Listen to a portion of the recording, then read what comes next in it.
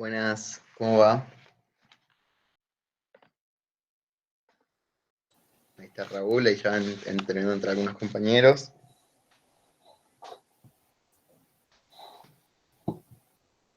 Ahí deben aceptar.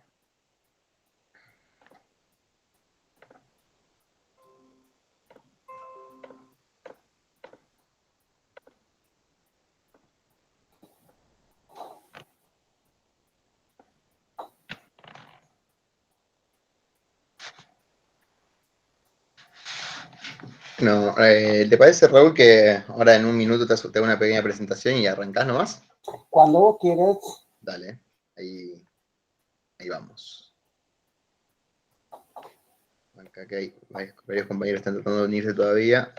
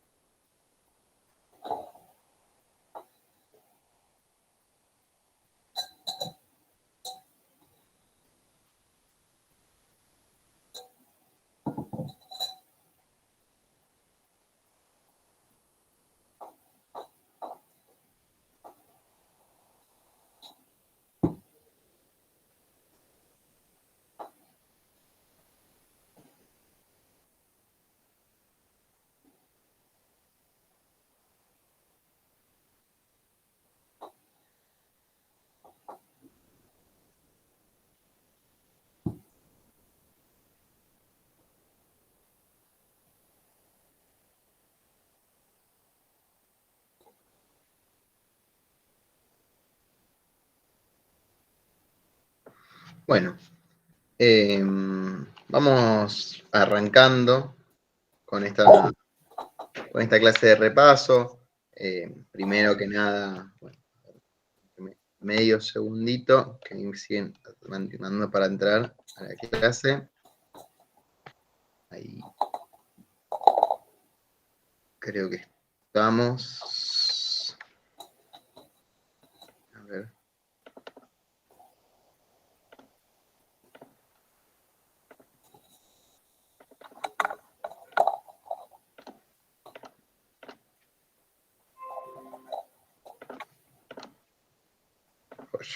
Bien, ahora sí.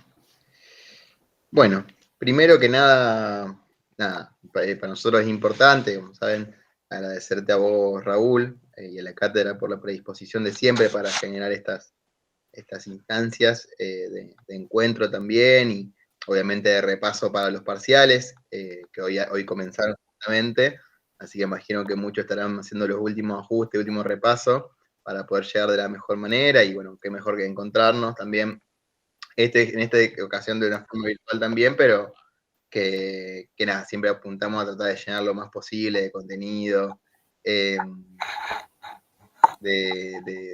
justamente de intercambio entre estudiantes y también de docentes y estudiantes, y más en este contexto tan complejo, que realmente estamos en una situación bastante límite, digamos, en la educación pública, donde tenemos que pelear por defenderla y creemos que una de las formas de defenderla también es encontrándonos para habitar cada vez más las aulas, para poder avanzar en la carrera, para poder rendir bien, pero también obviamente peleando por el presupuesto que todavía nos falta para que los docentes puedan cobrar dignamente, para que los no docentes puedan cobrar dignamente, y que, bueno, justamente poder seguir con el funcionamiento de las clases normalmente. Así que en esa pelea seguimos estando, obviamente, todos y todas, y esperamos que nos podamos seguir encontrando también y que puedan ser parte. Después también hay grupos y clases de otras materias también que invitamos a que participen.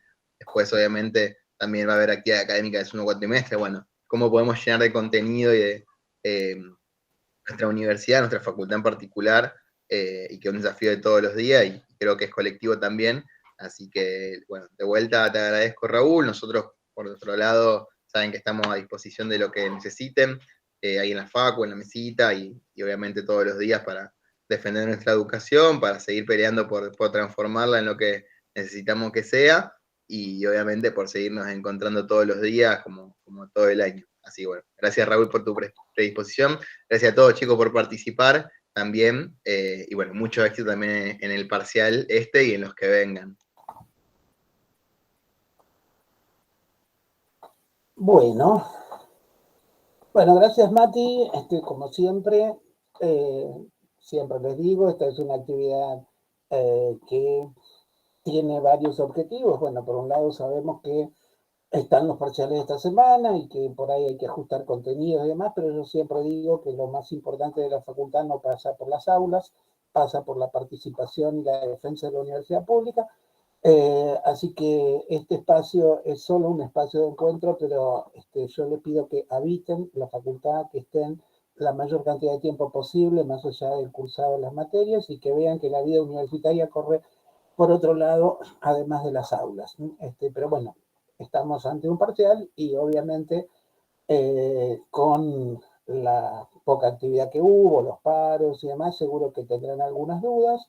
Yo creo que, bueno, ahora también es importante tener en cuenta el momento, se está debatiendo qué va a pasar en el segundo cuatrimestre, y me parece importante que en todos los espacios, docentes, estudiantiles, no docentes, se hagan discusiones por separado y conjuntas, para tomar medidas todos juntos. Pero, insisto, más allá de eso, el motivo de este encuentro tiene que ver con otra cosa, así que pasamos al tema concreto del encuentro, que es repasar contenidos para el parcial. Bueno, algunos ya han tenido hoy, así que no estarán acá, pero el resto va a tener el parcial durante esta semana. Los contenidos van a depender, no todos los que están acá tendrán la misma bibliografía, porque obviamente cada trabajo práctico tiene absoluta autonomía dentro del equipo docente, como para tomar la decisión en cuanto a la modalidad que quiere usar para el parcial. Esto es si va a ser oral, si va a ser escrito, si va a ser grupal, si va a ser individual, si va a ser con modalidad de respuesta sugerida. Eso cada uno lo sabe porque lo ha acordado con su docente.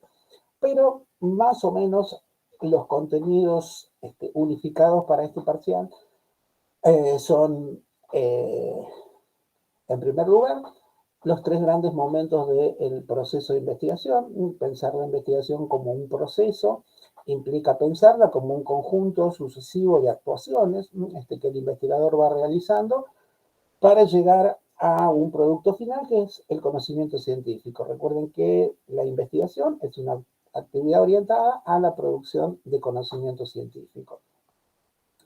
Y esto es importante tenerlo presente porque justamente lo que diferencia la investigación de la intervención es su finalidad.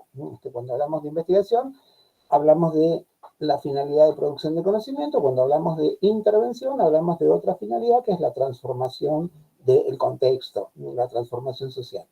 En el proceso de investigación, entonces, insisto en esto, entenderlo como un proceso implica eso, como un conjunto de sucesivas actuaciones que hace el investigador.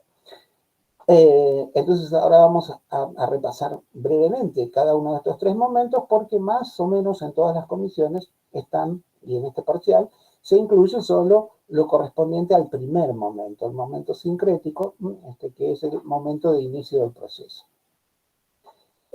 Obviamente también en todas las comisiones han trabajado sobre la construcción del objeto de estudio, la problematización y la formulación del problema. Han trabajado también el concepto de variable, seguramente, y la clasificación de las variables de acuerdo a diferentes criterios. Han trabajado seguramente también la formulación de los objetivos de investigación y han trabajado también la sistematización de teoría, es decir, la elaboración de estado de arte y marco teórico, y probablemente en algunas comisiones ya se han trabajado también el concepto de hipótesis, la formulación de hipótesis, las características de la hipótesis y la génesis de la hipótesis. Creo que ninguna de las comisiones ha abordado todavía el segundo momento, que es el momento analítico, que es el momento de toma de decisiones procedimentales, técnicas, metodológicas. Así que vamos a centrarnos en eso. Yo voy a hacer una breve exposición de lo que mencioné recién y después, obviamente, estoy abierto a las preguntas. Seguro que las preguntas que hagan ustedes van a ser importantes, más allá del que la haga, para el resto, porque a lo mejor tienen la misma duda o por ahí andan las dudas. También yo siempre digo, está bueno que sea en este momento que están por rendirme, no han pasado, porque los últimos momentos son donde uno apura la lectura y creyó que había entendido todo y de repente le surgen algunas dudas en el texto, así que está bueno que aprovechen este momento para tratar de despejar esas dudas de último momento. Vamos a empezar por los tres grandes momentos del proceso de investigación. Cuando hablamos, insisto, del proceso de investigación como un proceso, estamos hablando de eso, ¿no? Un conjunto de acciones que va a ir realizando el investigador. Y podemos decir que la investigación está integrada por tres grandes momentos. El momento sincrético del proceso, el momento analítico del proceso y el momento sintético del proceso. Estos tres momentos son inalterables, es decir, que el investigador no puede empezar por el momento sintético, tiene que empezar sí o sí por el momento sincrético. Ahora, dentro de cada uno de estos momentos va a realizar una serie de operaciones y esas operaciones sí tienen una secuencia teórica lineal, pero empírica no lineal. Es decir, cuando estamos llevando adelante el proceso, la linealidad que vimos en la teoría suele no cerrar, ¿no? Porque uno va paralelamente realizando más de una acción. Pero los tres momentos sí, tienen una secuencia inamovible. Empezamos por el momento sincrético. El momento sincrético del proceso de investigación es un momento básicamente teórico. Cuando digo básicamente teórico, digo que prima la teoría, pero también hay algunos elementos operativos dentro del momento sincrético. Pero lo que tiene mayor peso es la teoría. Por eso decimos es un momento a primacía de lo teórico. Este momento básicamente consiste en un pasaje de estas primeras ideas e intuiciones que tiene el investigador a la formulación de conceptos. Por eso lo definimos en términos muy generales diciendo que es el pasaje de la ideación a la conceptualización. Recuerden que estas primeras ideas pues son ideas sueltas que tienen mucho que ver con esto que les digo, la intuición, la percepción, la observación, pero que hasta que no podemos darle un sentido dentro de un modelo teórico, no podemos avanzar. Por eso pasamos de estas ideaciones a conceptualizaciones. Recuerden que los conceptos científicos tienen que tener tres requisitos básicos. Pueden tener más, pero tres requisitos básicos que son la claridad, es decir, que tienen que ser absolutamente claros, la uniformidad, es decir, que tienen que ser compartidos por una comunidad científica, y la contrastabilidad, ¿no? Son elementos que integran lo que llamamos un concepto científico. Y la sistematicidad, perdón. La sistematicidad que tiene que ver con su entramado dentro de un modelo teórico. Es decir, que ningún concepto se define por sí mismo, sino que se articula a otros conceptos dentro de un modelo teórico más amplio. Entonces, claridad, perdón, uniformidad y sistematicidad son tres características centrales de un concepto científico. Y este primer momento del proceso es pasar de estas ideas originales centrales a los conceptos. El momento analítico del proceso es un momento eminentemente empírico, ¿no? Es decir, que es donde se toman las decisiones técnico-metodológicas para llevar adelante el proceso, es lo que llamamos habitualmente la dimensión estratégica del proceso de investigación, ¿no? Donde se toman las decisiones técnicas, procedimentales, metodológicas, ¿para qué? Para poder actuar empíricamente para llevar adelante el proceso de contrastación con la teoría y de última llegar a lo que buscamos, que es responder la pregunta de investigación que nos hicimos al comienzo del proceso. Entonces, ese es el momento analítico. Por eso digo que es un momento a primacía de lo empírico, lo cual no quiere decir que no tenga elementos teóricos. Así como les decía que el primero es eminentemente teórico, pero que tiene elementos empíricos, este es a primacía de lo empírico, pero también tiene algunos elementos teóricos. En este momento, el momento analítico, el foco está puesto en la construcción del dato. Lo central es llegar a construir datos y pasar del lenguaje teórico al lenguaje de los datos, que es propiamente el lenguaje empírico. Pero bueno, eso va a entrar seguramente en el segundo parcial, el dato y todo el momento analítico. Y el tercer momento del proceso de investigación es el momento sintético, en donde acá no podemos pensar como en los otros dos, primacía de teoría y de empiria, porque acá es donde se entrelazan, se entrecruzan, se imbrincan de una manera muy indisoluble la teoría y la empiria. Es teórico-empírico, en donde básicamente lo que va a ocurrir dentro del momento sintético es que se va a poder darle sentido a la información que obtuvimos durante el momento analítico dentro del marco de la teoría, y vamos a poder construir a partir de esa articulación de la información con los modelos teóricos que la sostienen, vamos a poder construir el nuevo conocimiento que es el resultado del proceso. Y recuerden que la investigación no termina hasta que no se comunica. La comunicación de la investigación es lo que le da cierre. Cuando nosotros decimos pensar las instancias de la investigación, decimos, bueno, las instancias son el proyecto, que es la planificación, el proceso, que es la ejecución, y el informe, que es la comunicación de todo el proceso. Recién ahí termina la investigación. Si nosotros investigamos y no comunicamos, no tiene sentido haberlo hecho. Por lo tanto, no es una investigación hasta que no lleva adelante el proceso de comunicación. Comunicación que tiene que ser escrita.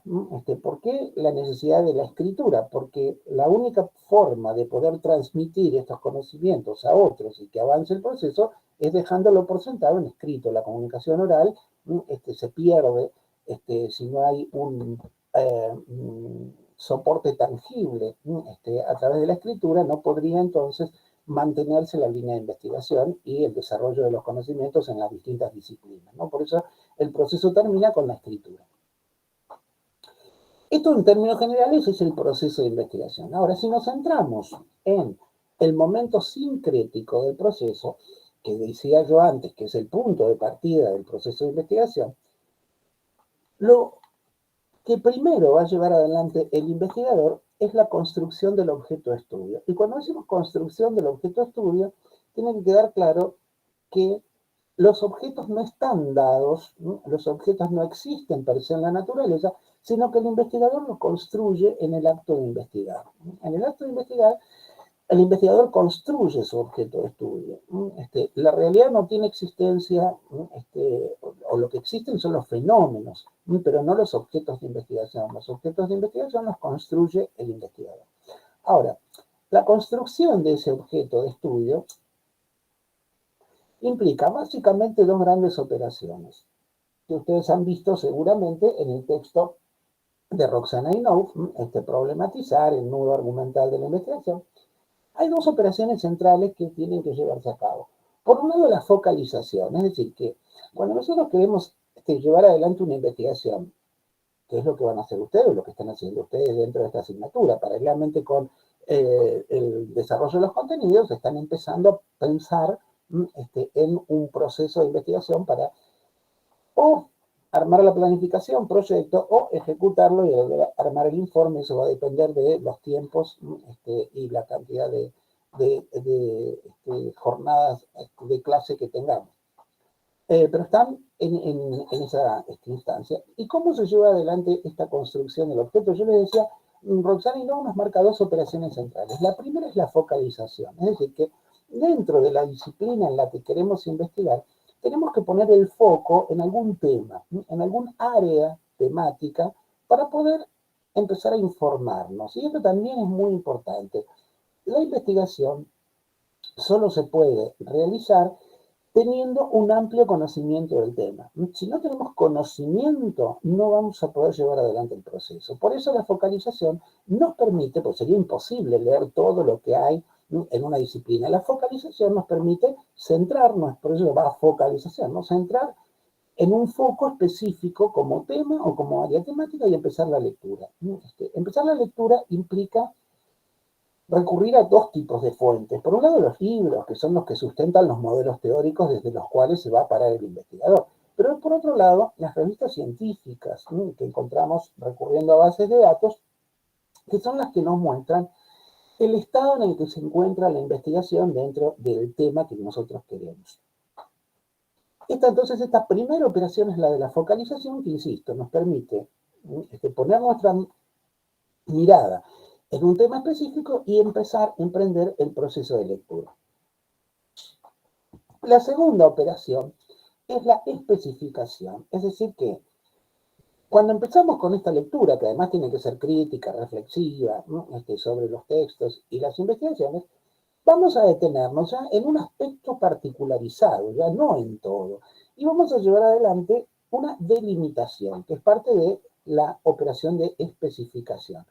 La delimitación siempre se tiene que dar en tres sentidos. Tiene que haber una delimitación conceptual, es decir, nosotros tenemos que tomar una posición teórico-epistemológica. No vamos a investigar desde cualquier teoría, vamos a asumir una teoría como nuestro referente. Entonces, la delimitación conceptual implica eso, tener en claro desde dónde nos paramos, dónde posicionamos teórico y epistemológicamente como investigadores. Pero tiene que haber también una delimitación espacio-temporal, porque nosotros no vamos a investigar en cualquier contexto, en cualquier momento. No, tenemos que delimitar dónde vamos a llevar adelante el proceso, con quiénes, la población con la que vamos a trabajar, el momento histórico, el área. Esa es la delimitación espacio-temporal. Y tiene que haber una tercera delimitación, que es la delimitación de alcances. Es decir, hasta dónde pensamos nosotros que van a tener validez nuestros resultados. Porque nosotros probablemente estemos trabajando con un grupo pequeño, al que llamamos muestra, pero vamos a querer extender esos resultados a un grupo más grande. Bueno, tenemos que especificar cuáles van a ser los alcances que le queramos dar a nuestros resultados. Por eso digo que la delimitación siempre se da en estos tres sentidos: delimitación conceptual, delimitación de alcances y delimitación espacio-temporal. Ahora, nosotros cuando hacemos esta delimitación ya pasamos de un foco amplio de lectura, que es el tema o la área temática, a un aspecto particular. Entonces estamos ya haciendo una lectura mucho más minuciosa sobre lo que queremos. En esa lectura minuciosa es donde nosotros empezamos a tener que detectar problemas. Nuestro objetivo ahí es detectar problemas. Siempre partiendo de que un problema es una situación que le impide a un sujeto llegar a una meta. Toda situación que impide el logro de una meta es lo que llamamos problema en términos generales. Pero los problemas pueden ser de distinto tipo. Podemos diferenciar al menos tres tipos de problemas: los problemas de hecho, los problemas de conocimiento y los problemas de conocimiento científico.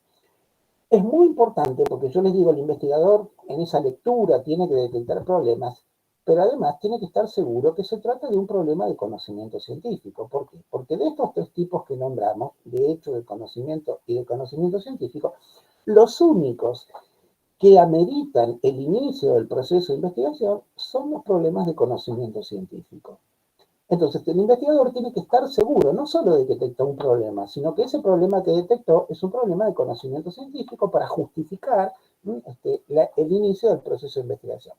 Piensen en términos generales que un problema, de hecho, los problemas deberían tener y tienen habitualmente dos componentes: un componente teórico y un componente pragmático.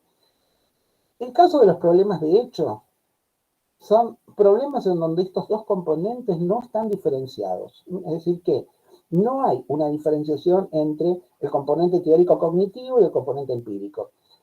Por lo tanto, los problemas de hecho se resuelven con una acción.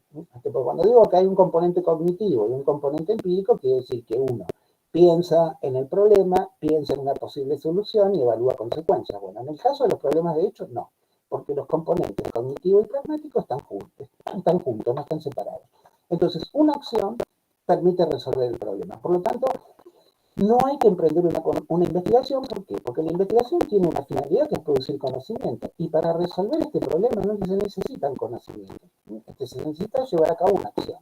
Estos son los problemas de la vida cotidiana, con los que nos encontramos todo el tiempo. Y resolverlos implica hacer una acción que permita llevar adelante la búsqueda de una respuesta. Por otro lado, tenemos problemas de conocimiento. Acá sí, el componente cognitivo y el pragmático están separados, pero tienen una particularidad.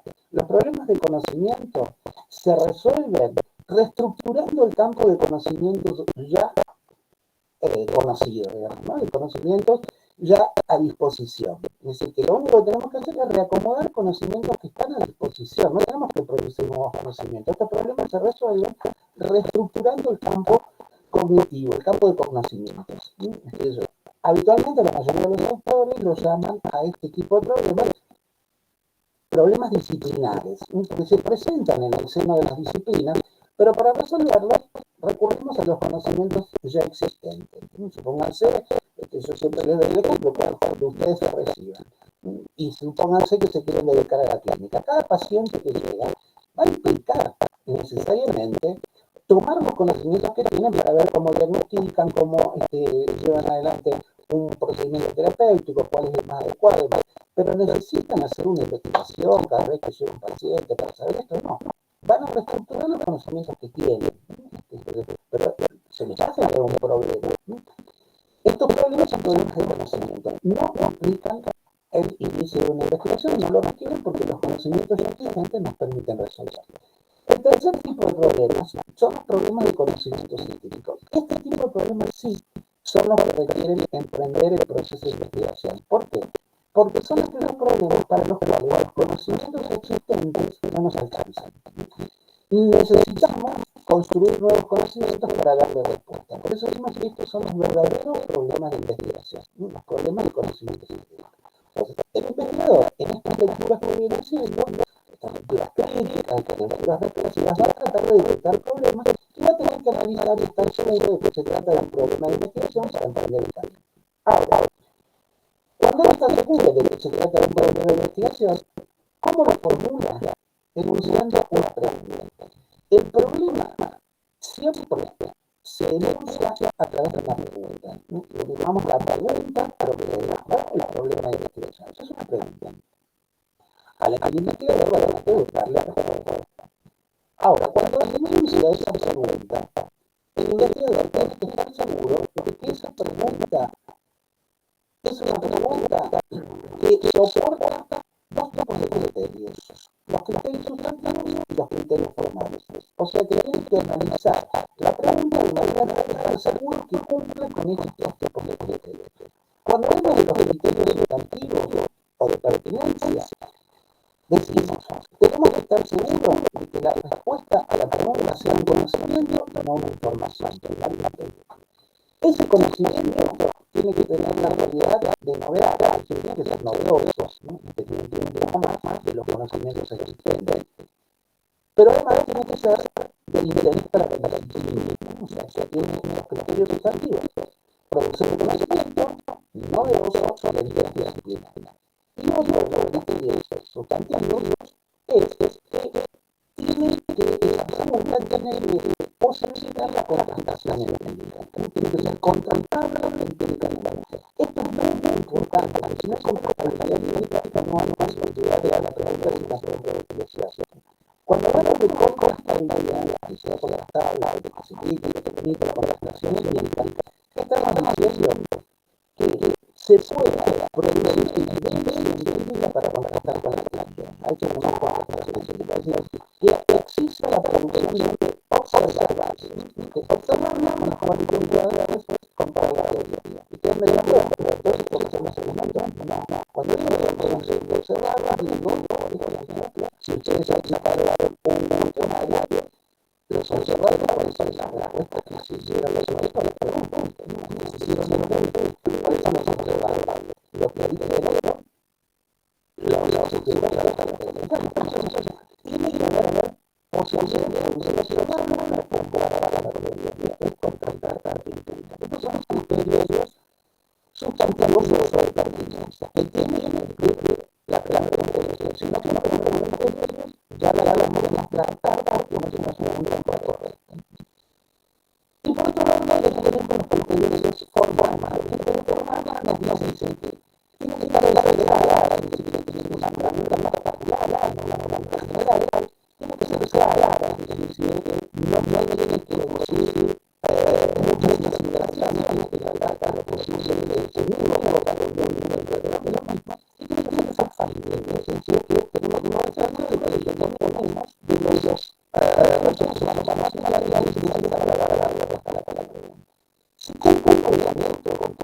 son criterios objetivos e informales, podemos decir que la pregunta de la evidencia es la correcta. Y ahora nos da un formulario de problemas. ¿Qué sería la formulario de problema para que tengamos la pregunta? Vamos a tener en cuenta por conceptualizar la investigación, que es una planificación, por lo tanto, obviamente con contexto que la colaboración, entonces por eso tenemos que contextualizar la manera de un aspecto que vamos a hablar dentro de un contexto más amplio. Entonces, formular el problema implica entonces que esa contextualizarla. Plasmar la demostración que hicimos, o sea, plasmarla implica ahora plasmar la demostración que hicimos. De investigación horizontal, de investigación horizontal y de investigación espaciotemporal. Y justificar, implementar este tipo de investigación que está establecido en la exposición, ¿por qué es tan tarde para la ciencia dar respuesta a esta pregunta? Cuando nosotros logramos hacer esto, una vez que estamos seguros de que la pregunta es una pregunta pertinente como pregunta de investigación, la cuantizamos, la realizamos ante la concepción de lo que es decir, hemos formulado el problema de investigación. Ahora, cuando nosotros formulamos ese problema y ponemos el problema, la delimitación,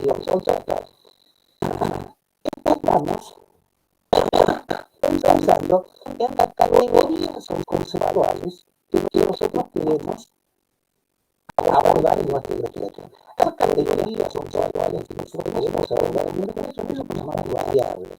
Las variables son aspectos de un fenómeno, propiedades de un fenómeno sobre las cuales el investigador va a focalizar su atención. Entonces tenemos que la pregunta de variable, porque el investigador enuncia la pregunta de investigación, esa pregunta va a contener las categorías conceptuales que él quiere analizar y esas van a ser las variables. Como el objeto fue construido, también las variables son una construcción. La variable siempre la definimos como un constructo teórico-crítico. ¿Por qué? Porque las variables no existen en estado libre de la naturaleza. Las construye el investigador cuando emprende el proceso de investigación. Ahora, para una variable que es construida, por eso decimos constructo teórico-crítico, para una variable que es construida, no basta con identificarla. Además de identificarla, tiene que estar definida de manera conceptual, es decir, que entendemos nosotros por esas características, y tiene que estar definida de manera operacional, es decir, que tiene que quedar claramente establecido cuál va a ser el criterio con el cual vamos a medir esa variable. Recién ahí nosotros podemos hablar de variables. Cuando la identificamos y la definimos de manera conceptual y de manera operacional, estamos ya ante una variable. Antes no, antes estábamos ante propiedades que existen, pero que si no son foco de nuestra investigación no pueden ser llamadas variables. Ahora, las variables son el eje central de la investigación, porque la investigación es el conjunto de operaciones que el investigador realiza sobre la variable. Entonces, lo primero que tiene que hacer es identificarlas para poder definirlas, ¿no? Pero después va a seguir, porque las tiene que medir y tiene que analizar los valores que obtienen las variables. Entonces, la variable se transforma en un concepto central dentro del proceso de investigación. Ahora, las variables se pueden clasificar desde distintos criterios. Y el investigador tiene que hacer este trabajo de poder saber cuáles son las variables con las que está trabajando, porque las decisiones que él tome van a depender de las características que tengan estas variables. Por lo tanto, tiene que saber de qué variables se trata. Si nosotros queremos clasificar las variables, existen distintos criterios. Un criterio es el grado de complejidad, o sea que podemos clasificar las variables de acuerdo a su grado o nivel de complejidad. Y ahí diferenciamos variables simples, que se miden con una única operación, y variables complejas, que requieren más de una operación para poder ser medidas. Obviamente, si nuestra variable es compleja, vamos a tener que hacer varias operaciones para poder tener valores parciales y después reconstruir el valor de la variable. Este es un nivel, un criterio de clasificación. También las podemos clasificar desde otro criterio, que es la naturaleza matemática. Y acá vamos a diferenciar variables cuantitativas, que se expresan sus valores numéricamente, y variables cualitativas, que son aquellas en las que los valores no pueden ser expresados mediante números, sino mediante atributos. Cuando estamos ante variables cuantitativas que se expresan numéricamente, también tenemos que diferenciar si solo las representan números enteros o si las representan enteros y comprendidos entre enteros. Y esto nos permite diferenciar variables cuantitativas discretas, que solo son representativos de los números enteros, y variables cuantitativas continuas, en donde son representativos los enteros y los comprendidos entre enteros. Y si estamos ante variables cualitativas, es decir, que no se pueden medir numéricamente, también nos vamos a encontrar con dos posibilidades. Que solo tenga dos atributos, y entonces será cualitativa dicotómica, o que tenga más de dos atributos, y entonces va a ser cualitativa policotómica. Este es el criterio de clasificación de las variables según su naturaleza matemática. También las podemos clasificar de acuerdo a su naturaleza psicológica. Y de acuerdo a la naturaleza psicológica podemos pensar tres tipos de variables. Las variables de estímulo, que representan todo lo que le llega al sujeto desde el exterior o desde el interior. Las variables de respuesta, que representan todo aquello que emite el sujeto. Y las variables organísmicas, que son las que representan lo que es propio del sujeto.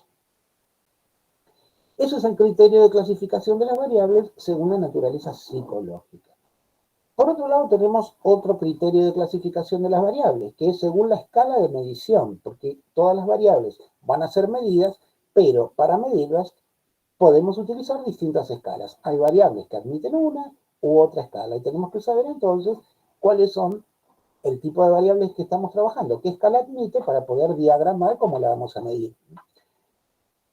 Desde el criterio de escala o nivel de medición, las variables se clasifican en cuatro grupos: nominales, ordinales, escalares, intervalares o de intervalos constantes y de razón.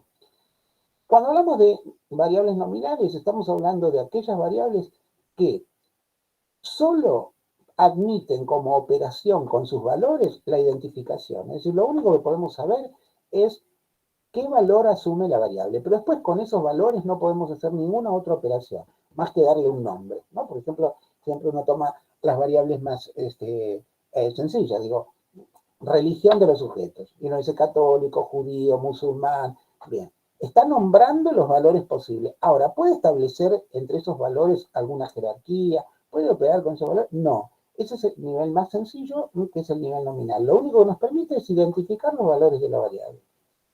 Ahora, hay otras variables que nos permiten, además de identificar sus valores, establecer entre esos valores una jerarquía, un ordenamiento. Esa es la escala ordinal.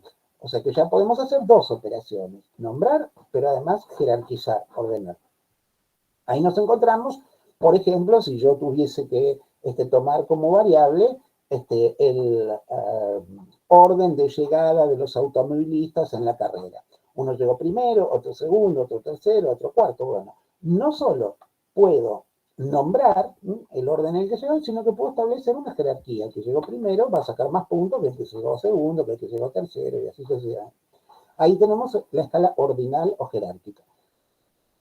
La tercera escala es la escala de intervalos constantes, que me permite una nueva operación. Además de nombrar los valores y de poder establecer entre ellos una jerarquía, puedo también establecer que entre dos valores consecutivos de la variable existe el mismo intervalo, la misma distancia. Por eso se llama de intervalos constantes.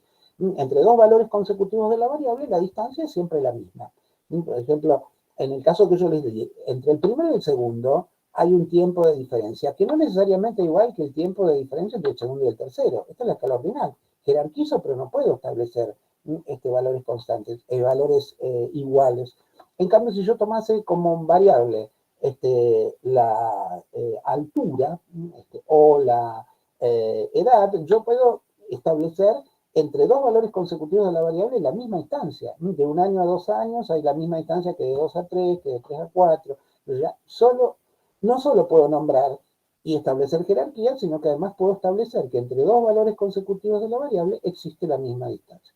Pero en esta escala no puedo encontrar un punto de ausencia de la variable. La variable está siempre presente, no hay punto de ausencia.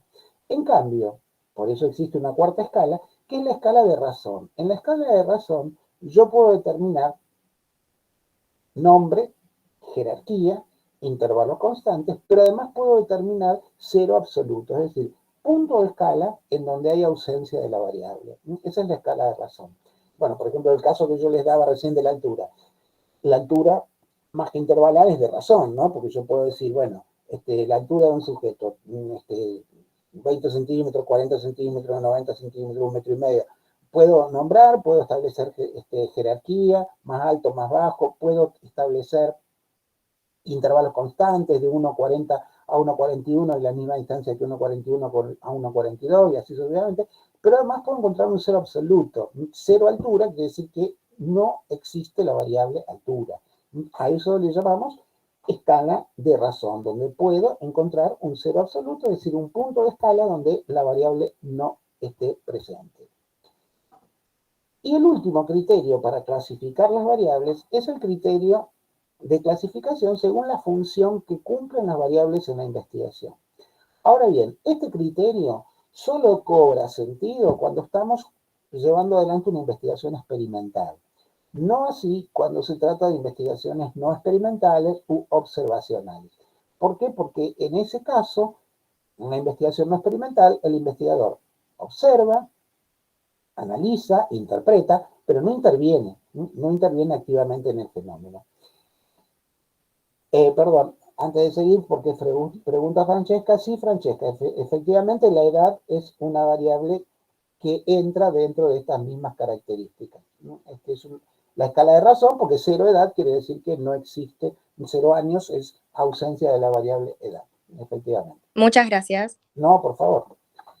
Entonces, volviendo, les decía, solo este criterio aplica para aquellas investigaciones donde hay una intervención activa del investigador. No es el caso de la investigación observacional o no experimental, donde el investigador observa, analiza, interpreta, pero no interviene. En el caso de las investigaciones de tipo experimental, sí cobra sentido este criterio y podemos clasificar a las variables en 3 tipos. 3 tipos o más, pero 3 tipos son los centrales. Variable independiente, que es la que el investigador manipula, es decir, a la que el investigador hace variar de manera intencional. Él le asigna distintos valores. ¿Para qué? Para ver cómo, en función de esa variación, varía otra variable, a la que llamamos variable dependiente. Es decir, que la variable dependiente es aquella variable que el investigador va a medir para ver cómo varía en función de las manipulaciones que él está haciendo en la variable independiente. Y tenemos un tercer tipo, que son las variables extrañas. Las variables extrañas son variables que pueden provocar modificaciones de la variable dependiente, pero que no son foco de la investigación. Por eso que el investigador debería controlarlas, porque si no las controla, pueden entorpecer la relación entre la variable independiente y la variable dependiente y con esto generar una confusión de resultados. Entonces, las variables extrañas son aquellas que el investigador debería poder controlar para estar seguro de que la relación se da entre la variable independiente que él manipula y la variable dependiente que él mide. Estos son los criterios para clasificar las variables. Insisto, la variable es un concepto central dentro de la metodología de la investigación porque la investigación es un conjunto de operaciones que el investigador realiza sobre la variable. Bien, esto seguramente en todas las comisiones va a entrar en el parcial. Después, insisto, el resto de los temas va a depender de cada una de las comisiones, hasta dónde avanzaron, porque intentamos por todos los medios de que solo se incluyan en el parcial los textos que fueron abordados en las clases de trabajos prácticos, ¿no? Salvo que bueno, algunos trabajos prácticos han tenido tan pocas clases que si no incluyen algún texto extra, no se puede tomar el parcial, pero esta es la idea, así que esto lo dieron seguro. Después, bueno, en alguna comisión tal vez hayan trabajado la formulación de los objetivos. Recuerden que los objetivos son productos, ¿no? Estos son los productos que tiene que obtener el investigador para poder estar seguro de que se respondió a la pregunta, ¿no? Los objetivos siempre se formulan en 2 niveles, un nivel teórico abstracto, que es el objetivo general, y un nivel empírico, que son los objetivos específicos. Esos objetivos específicos no son más que la desagregación del objetivo general en las operaciones necesarias para llevar a cabo o para lograr el objetivo general. Siempre los objetivos específicos son operativos porque son operaciones, las operaciones que debería realizar un investigador para lograr el objetivo general. Y el objetivo general no se contrasta porque es formulación teórica, no es contrastable. Los contrastables son los objetivos específicos. Bien, no sé si quieren hacer preguntas, seguramente sí.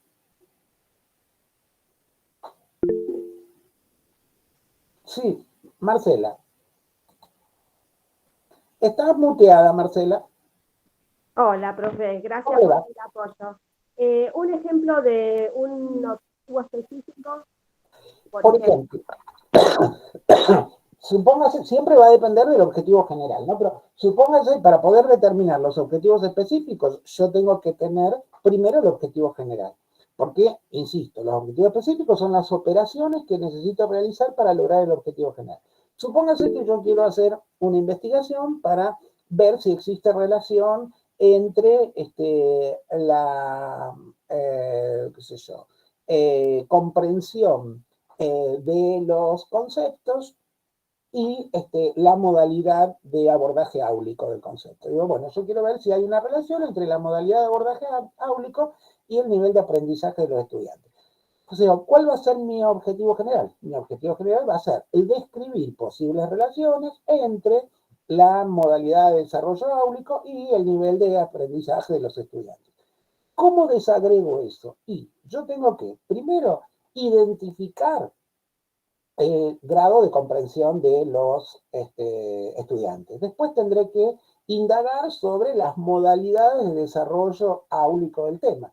Fíjese que estoy hablando de verbos que implican operaciones, indagar, identificar, no conocer, puede ser, pero no observar. ¿No? Recuerden que observar es una actividad. Yo digo observar la dinámica áulica. No, yo para qué la observo, para poder identificar cuál es la modalidad de abordaje del tema. ¿No? Entonces ahí estoy descomponiendo ese objetivo, que era describir posibles relaciones entre la modalidad de abordaje áulico y el grado de comprensión. Entonces diré, identificar el grado de comprensión, indagar sobre las modalidades áulicas, y el tercer objetivo será establecer relaciones entre esos dos componentes. O sea, desagrego el objetivo general en las operaciones que necesito para darle respuesta al objetivo general.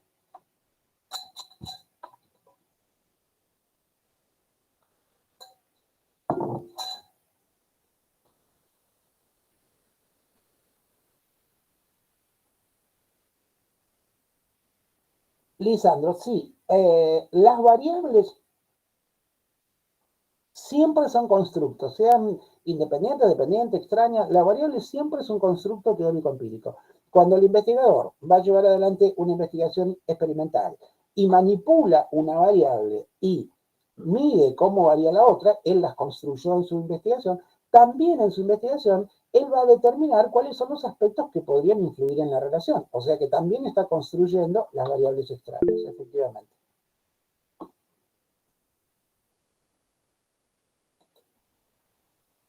Marcela. No, Marcela, recuerde que prevenir nunca es un objetivo. La prevención es siempre un propósito, porque es lo que yo anhelo que ocurra una vez que yo produje el conocimiento. La diferencia entre el objetivo y el propósito es que el objetivo siempre es cognoscitivo y siempre es un producto obtenido a través del conocimiento. En cambio, el propósito tiene que ver con el deseo del investigador. Prevenir es un deseo. El investigador produce un conocimiento. Si alguien lo aplica y lo usa para prevenir una situación, magnífico, pero no puede nunca ser pensado ese verbo, prevenir, promover, no pueden ser pensados como verbos que enuncien objetivos.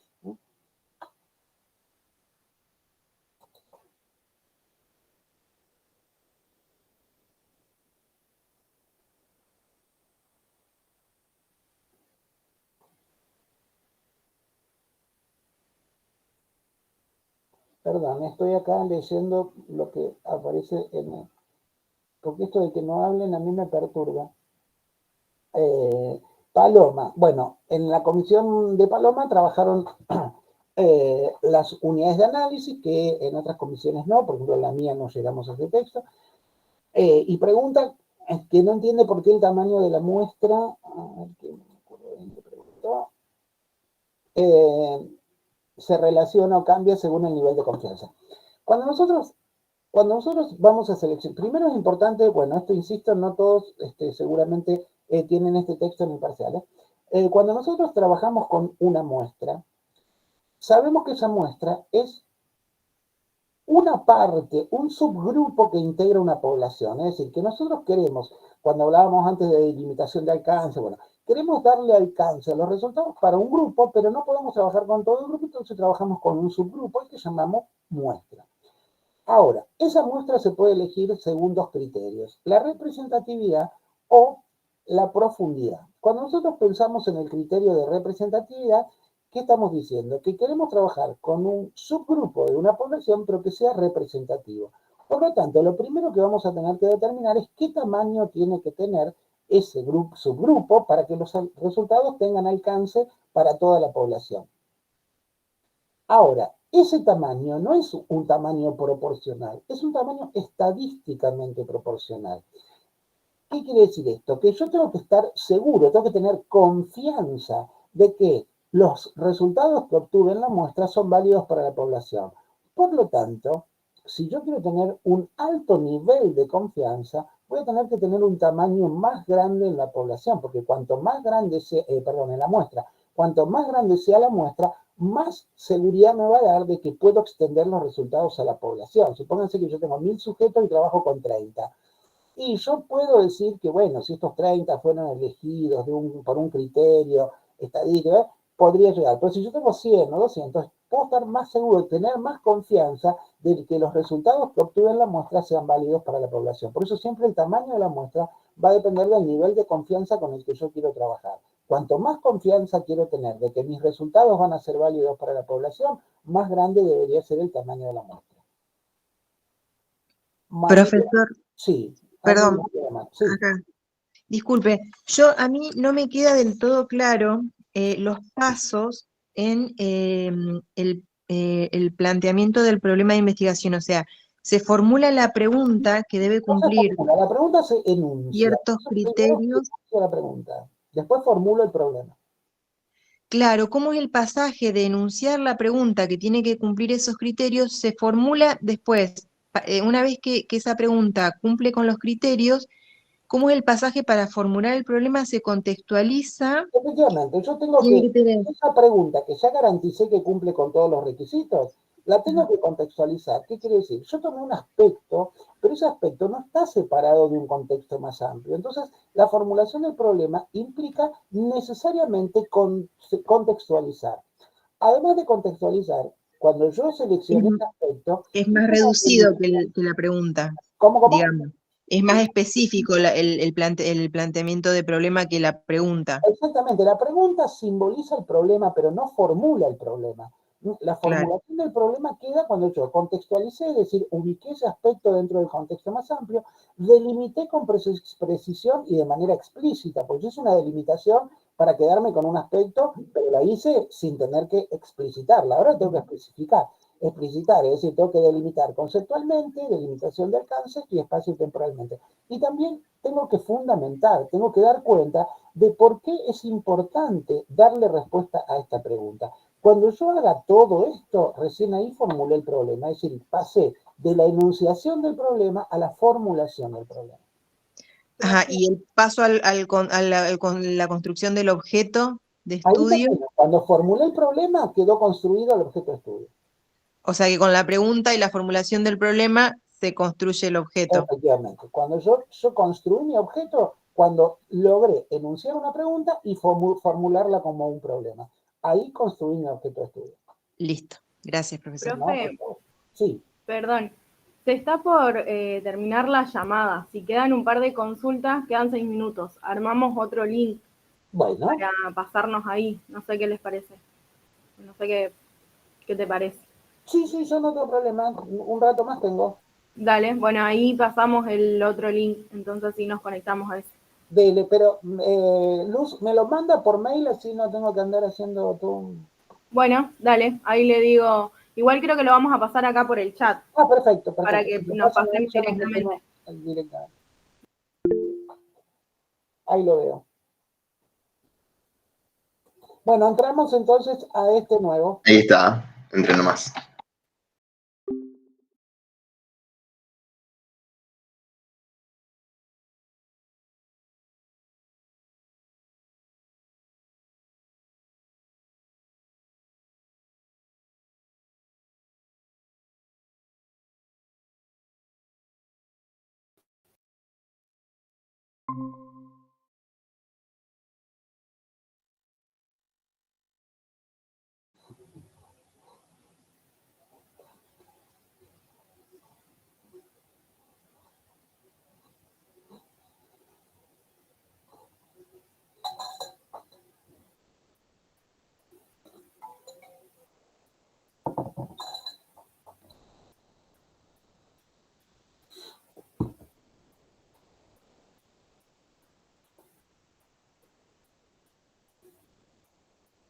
Profe, buenas tardes. ¿Le Y puedo buenas hacer una tardes. pregunta?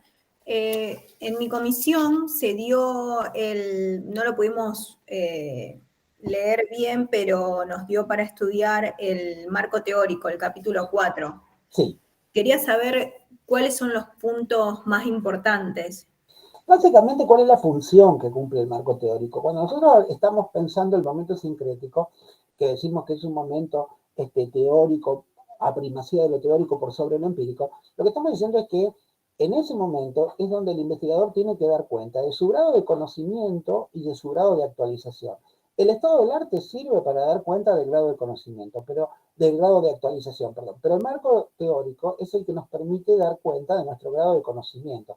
Entonces, el marco teórico cumple la función de dejar en claro cuál es el posicionamiento del investigador y cómo el investigador asumió ese posicionamiento. Es decir, en el marco teórico tenemos que dar cuenta de toda la teoría que hay sobre el tema, pero a su vez tomar los referentes teórico-epistemológicos desde los cuales nos paramos. Entonces, la función del marco teórico es fundamentalmente esa, poder dar cuenta del conocimiento que tiene el investigador sobre el tema. Por eso, un marco teórico es consistente cuando tiene desarrolladas en profundidad todas las categorías conceptuales que fueron mencionadas en la pregunta y en los objetivos de investigación. Si no hay un desarrollo en profundidad de esas categorías conceptuales, el marco teórico muestra inconsistencia.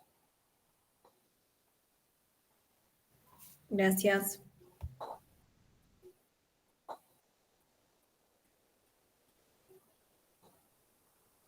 No sé si en el otro chat había quedado alguna pregunta que no contesté, vuelvan a formularla y si no, me preguntan ahora.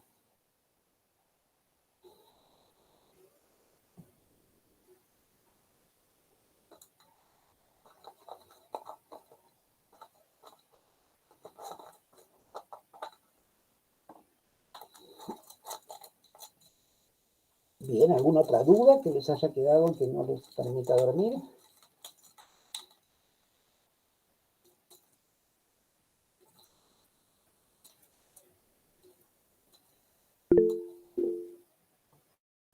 Sí, Francesca. Hola, profe. Te hago una consulta. ¿Podrías explicar brevemente los 5 niveles de análisis de una situación problemática?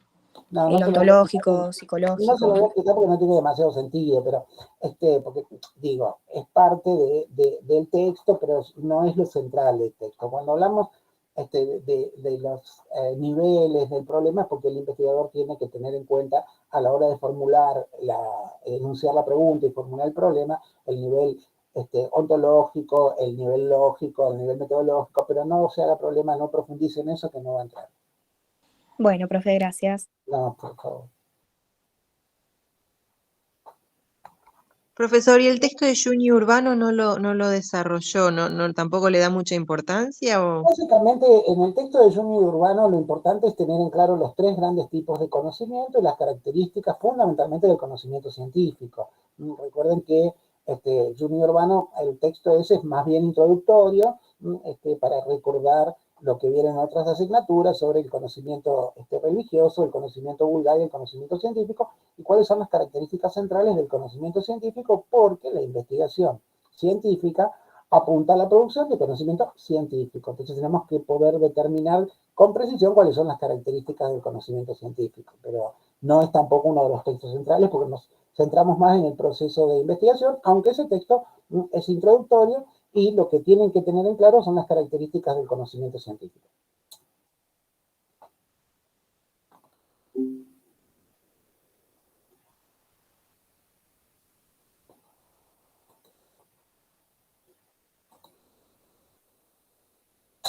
Hola, profe. Sí. Disculpe, a mí no me queda muy claro las variables intervalares. No me hago una idea. Quizás un ejemplo. Yo tengo de ejemplos que el texto dice temperatura corporal, temperatura ambiente. Bien. Pero no, me confunde. Bueno, cuando nosotros pensamos en la clasificación de las variables según el criterio de escala de medición, es necesario tener en cuenta que las variables el investigador las definió y tiene que hacer un seguimiento de ellas para llevar adelante el proceso de investigación, es decir, que en algún momento las tiene que medir. Para medirlas, va a utilizar un criterio establecido, predeterminado y planificado previamente. Ahora, para poder establecer con claridad el criterio con el que la va a medir, tiene que saber cuál es la escala con la que puede medir esa variable. Y en ese sentido diferenciamos 4 escalas. Una primera escala, que es la más sencilla de todas, que es la escala nominal, en donde ubicamos aquellas variables que no permiten más que una única operación con sus valores. Es decir, que una vez que obtengo los valores de la variable, lo único que puedo hacer es saber cuáles son esos valores, es decir, identificarlos. ¿No? Que yo les daba, por ejemplo, la variable religión, estado civil, el lugar de nacimiento, son variables en las que, ¿qué puedo hacer con los valores una vez que los obtuve? ¿Puedo hacer alguna operación más que obtener su identificación? No, digo, bueno, lugar de nacimiento, Rosario, Pérez, Córdoba. Ahora, ¿yo puedo establecer con esos valores alguna operación matemática? No, ninguna. Lo único que puedo identificar, esa es la escala nominal. Lo único que me permite es eso, identificar valores. Ahora, hay variables en las que yo puedo tener con los valores de la variable la posibilidad de realizar alguna otra operación, que es el caso de la escala ordinal. En la escala ordinal, yo no solo puedo obtener los valores de la variable, sino que puedo también establecer entre ellos un ordenamiento. Por ejemplo, yo les daba el ejemplo antes. El lugar que obtuvieron los corredores en la última carrera. Entonces yo puedo decir, bueno, yo puedo, además de nombrar, uno salió primero, otro segundo, otro tercero, que eso es lo que me permitiría la escala nominal, pero acá yo puedo hacer ya otra operación. Puedo decir, bueno, el que llegó primero es porque tenía más velocidad que el que llegó segundo, que tenía un poquito más de velocidad que el que llegó tercero, o sea que puedo establecer una jerarquía. Por eso los nombro con números ordinales. Recuerden que los números naturales son 1, 2, 3, los ordinales primero, segundo, tercero, cuarto, ¿no? Entonces acá ya puedo hacer con los valores de la variable una segunda operación. Esa es la escala jerárquica, pero hasta ahí, porque yo no puedo después establecer una distancia igual, constante, entre los valores de la variable. El que llegó primero tardó a lo mejor 1 hora, el que llegó segundo a lo mejor tardó 1 hora y 10 minutos, y a lo mejor el que llegó tercero tardó 1 hora y 40, es decir, que la distancia entre el primero y el segundo no es la misma que entre el segundo y el tercero. Por eso decimos que lo único que puedo hacer es nombrar y establecer jerarquía. Ahora, hay otras variables que me permiten una nueva operación, que además de nombrarlas y jerarquizarlas, yo puedo establecer que entre valores consecutivos de la variable existe la misma distancia. Esa es la escala intervalar o de intervalos constantes. Supóngase usted dijo la temperatura. La temperatura es un claro ejemplo. Yo digo, bueno, ¿qué temperatura ambiente hay? Hoy hay, ahora en este momento, debe haber 8 o 9 grados. A la mañana tal vez hubo 5. A la tarde hubo 14. Bueno, yo nombro, pero además yo puedo establecer una jerarquía. A la mañana hacía más frío que a la tarde, que hizo un poco menos de frío, que ahora que está haciendo un frío intermedio. Pero además de establecer una jerarquía, yo puedo decir que entre dos valores consecutivos de la variable, si yo tomo como unidad el grado, existe siempre una distancia constante. ¿Qué quiere decir? De 8 grados a 9 grados, exactamente la misma diferencia que de 9 a 10, que de 10 a 11, que de 11 a 12, o sea que puedo establecer intervalos constantes entre valores consecutivos de la variable. Esa es la escala de intervalos, se llama de intervalos constantes, porque el intervalo entre dos valores consecutivos de la variable es siempre el mismo. Ahora, yo no puedo decir que haya un punto de escala donde la variable no exista, porque 0 grados de temperatura no implica que no existe temperatura, implica que existe una temperatura de 0 grados, es decir, hay un 0 en la escala, pero es un 0 arbitrario. Si estuviera indicando falta de variable, sería un 0 absoluto, cosa que en esta escala no se puede determinar. Ahora, hay variables que se pueden medir en otra escala donde, además de todas estas características, nombrar, jerarquizar y establecer intervalos constantes, puedo determinar un punto de escala en el que falte la variable. Ese es un 0 absoluto. Entonces, ahí hablamos de 0 absoluto, que es punto de escala en donde hay ausencia de la variable, y esa es la escala de razón. Por ejemplo, si en vez de la temperatura, yo tomo la humedad. La humedad me permite nombrar 10%, 20%, me permite jerarquizar más humedad, menos humedad, me permite establecer intervalos constantes de 0 a 10, de 10 a 20, Pero además hay un punto de ausencia de la variable. 0% de humedad es no hay humedad, o sea que falta la variable. Esa es la escala de razón. Se pueden llevar adelante con los valores de la variable las 4 operaciones. Ahí me quedó más claro, muchas gracias. No, por favor.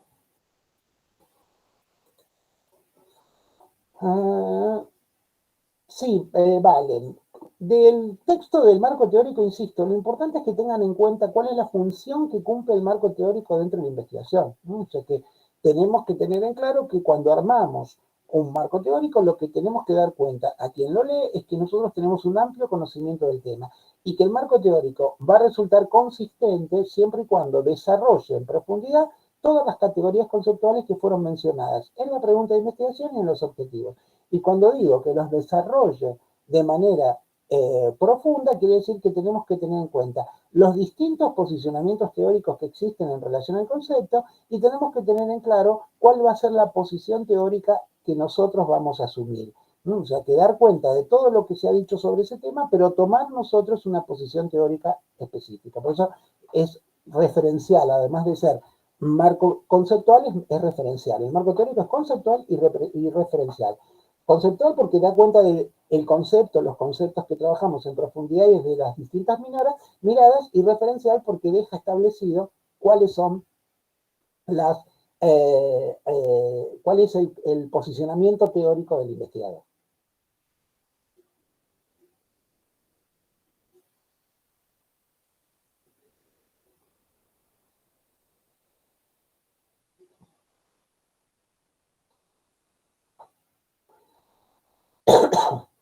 La pregunta de Paloma.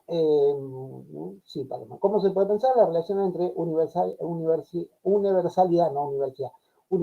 y necesariedad respecto de las teorías científicas? Tengan en cuenta que hay dos tipos de razonamientos en el desarrollo de la ciencia. Uno que se vincula más con el paradigma positivista y toda la línea cuantitativa de investigación, y otro que se vincula más con el paradigma de las ciencias sociales y la línea cualitativa, que hoy en día no están en disputa y hoy en día hay una mirada integradora. Por eso hoy no hablamos de investigación cuantitativa y cualitativa, pero provienen de distintas miradas. Los razonamientos deductivos responden al paradigma positivista, la línea cuantitativa de investigación, plantean la necesidad de establecer leyes universales. Y cuando se habla de leyes universales, se habla de leyes universales y necesarias. La necesariedad está siempre vinculada a la universalidad, es decir, es una ley que abarca todos los casos y es necesario que esa ley esté presente para establecer relaciones. Mientras que desde los razonamientos inductivos se habla de la tendencia, la producción de conocimientos generales, no universales, es decir, que cubran la mayor cantidad de casos, pero como se parte de los casos puntuales para establecer la ley general, esa ley general va a ser siempre una ley probabilística, una ley que no va a poder responder a todos los casos porque solamente da cuenta de los casos que nosotros constatamos y de algunos casos que tengan la similitud de contexto con los que nosotros llevamos adelante. Por eso es que las leyes el razonamiento deductivo aspira a leyes generales y no a leyes universales, y la necesariedad está vinculada directamente con la universalidad y no con la generalidad.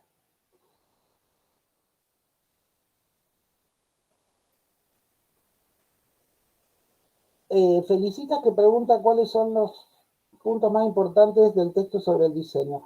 Depende, no sé qué texto trabajaron. Si trabajaron el capítulo 7 de Sampieri, y eso es lo que entra en el parcial, tienen que, lo más importante es poder diferenciar los proyectos experimentales de los no experimentales, los conceptos de validez interna y validez externa, y los distintos tipos de diseños experimentales y no experimentales. Pero no sé si trabajaron ese texto, Felicitas.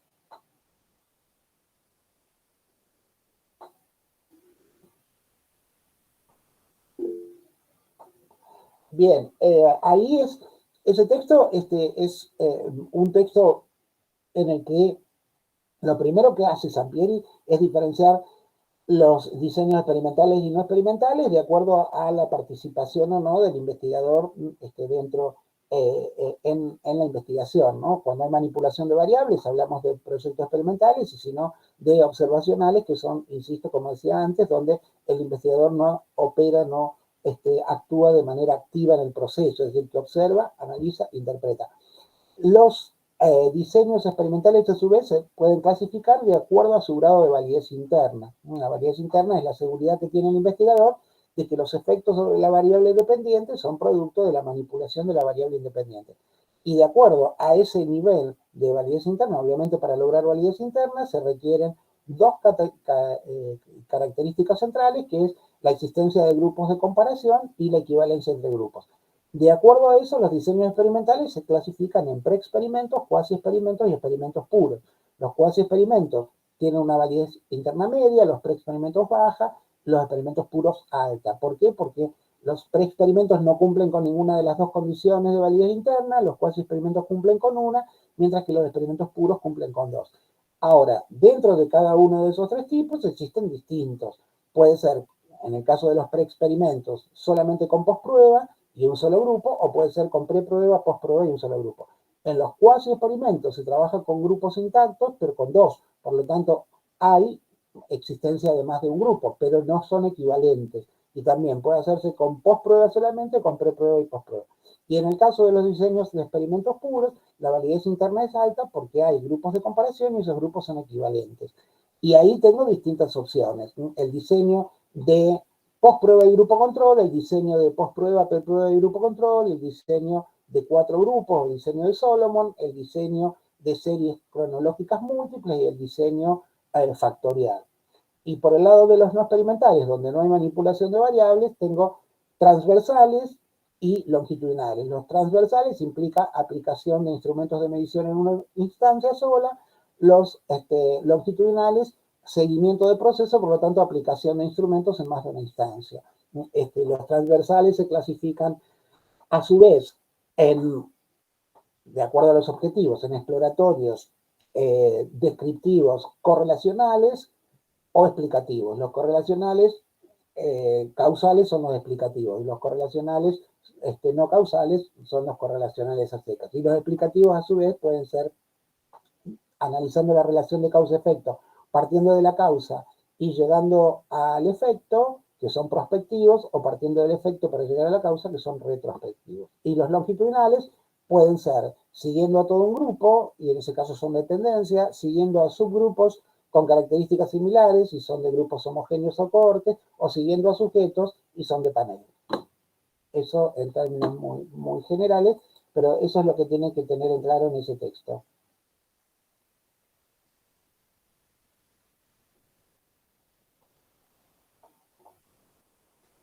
Marcelina, los objetivos se plantean siempre en dos niveles. Un nivel teórico, abstracto, objetivo general, y un nivel empírico, operativo, que son los objetivos específicos.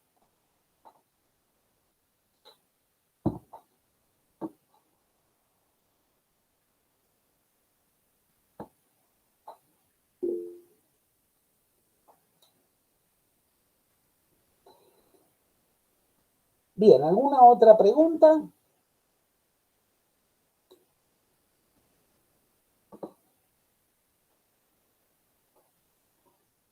Bueno, niños, ha sido un placer y nos veremos con mis alumnos, que acá veo solamente un par, en el parcial, y el resto no se preocupe demasiado. El parcial, bueno, sí recuerden que para el acceso a promoción, el parcial requiere aprobación en primera instancia, pero el parcial tiene recuperatorio, solo que se pierde la opción de promoción, pero tiene recuperatorio. Pero no se hagan problemas, que nadie tiene intención de hacer un parcial para eliminar estudiantes, ¿no? No es esa la intención de la cátedra, así que va a estar dentro de lo que vieron seguramente en cada una de las comisiones. Que vayan tranquilos, que los docentes no muerden, son toda gente buena. Muchas gracias, profe. No, por favor. Gracias, profe. Chao, profe, gracias.